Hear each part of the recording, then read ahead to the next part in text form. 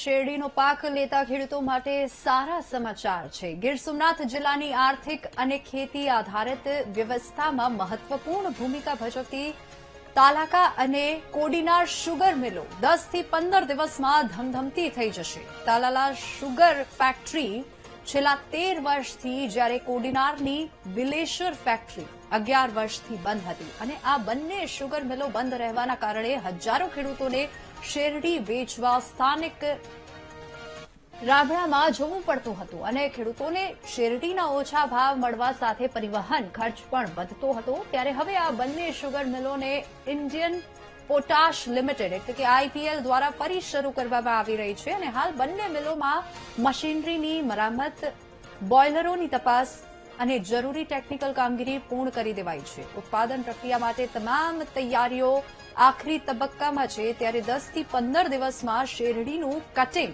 અને પિલાણ પ્રક્રિયા શરૂ થશે તેવો વિશ્વાસ શુગર મિલના મેનેજમેન્ટે વ્યક્ત કર્યો છે। 1 ટન શેરડીના 3000 રૂપિયાનો ભાવ મળશે। ત્યારે ઘણા વર્ષોથી શેરડીના યોગ્ય ભાવ માટે સંઘર્ષ કરી રહેલા ખેડૂતો માટે આ ભાવ રાહતરૂપ સાબિત થશે। 10-15 વર્ષથી આ સુગરની રાહ જોઈ બેઠા હતા। આ વખતે મારે 3 વીઘા શેરડી છે, મારા નાના ભાઈને પણ શેરડી છે। અમારા વિસ્તારમાં ખૂબ મોટા પ્રમાણમાં શેરડીનું ઉત્પાદન થાય એમ છે અને હવે અમે આ સુગરની રાહ જોઈને બેઠા છે। ફાયદાઓ શું થાય સુગરથી? આમાં સુગરથી ઘણા ફાયદા થાય છે। અમને આઈપીએલ કંપની આવ્યા પછી ખેડૂતોને સારા ભાવ મળશે, પ્લસ અમને બહારની જે વેરાયટી લાવી છે એ લોકોએ એ પણ ખેડૂતોને મોટો ફાયદો થવાનો છે। ફર્ટિલાઇઝરમાં પણ ફાયદો થશે, દવામાં પણ ફાયદો થશે। અત્યારે અમે સુગર ફેક્ટરીની મુલાકાત માટે આવેલા હતા, કેમ કે અત્યારે શેરડીનો પાક પરિપક્વ થઈ ગયેલ છે, તો ક્યારે શરૂ થઈ એના માટે થઈને એટલે સાહેબ દ્વારા કહેવામાં આવેલું છે કે 10 થી 15 દિવસની અંદરમાં શરૂ થઈ જશે। આર્થિક ખેડૂતોને 100% ફાયદો થશે, કેમ કે સુગર ફેક્ટરી અત્યારે ઓલરેડી 3000 રૂપિયા ભાવ બહાર પાડેલો જ છે।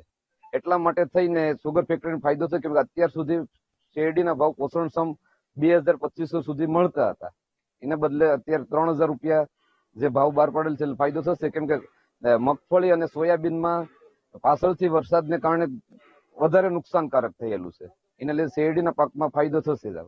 दिसंबर सन 2025 में हम इस प्लांट को ये डेफिनेटली इसमें चला देंगे और जो भी इसमें किसानों का शेरडी होगा हम 100% वो शेरडी लेंगे।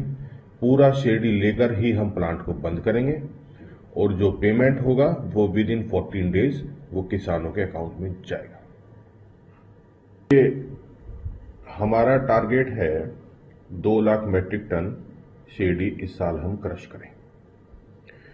रही बात भाव की, हमने पहले भी बताया था 3000 ये रुपये पर मेट्रिक टन हम किसान को देंगे, जिसके अंदर हार्वेस्टिंग भी हमारा होगा, लेबर भी हमारा होगा और पूरा ट्रांसपोर्ट भी हमारा होगा।